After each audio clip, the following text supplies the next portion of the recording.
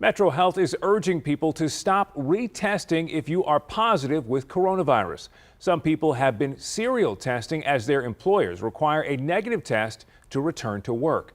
But as Eyewitness News reporter Jaleesa Irizarry explains, getting that negative result could take weeks.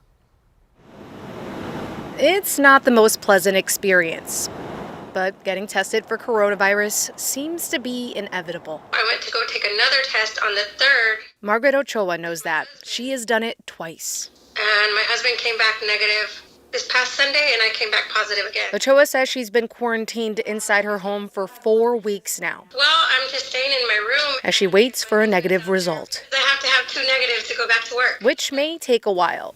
Earlier this week, Metro Health said someone could test positive for weeks. There is a high likelihood that you will continue testing positive. Just because you tested positive in those 6 to 8 weeks doesn't mean you're infectious.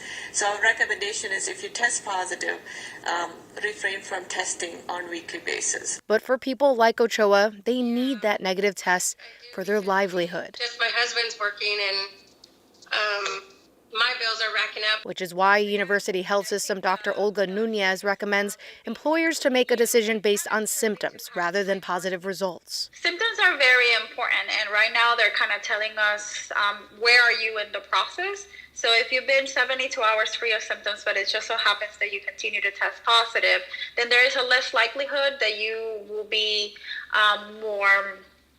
you'll have more chance of infection or you transmitting the virus. A likelihood that should be taken seriously, because positive or not, you must be safe.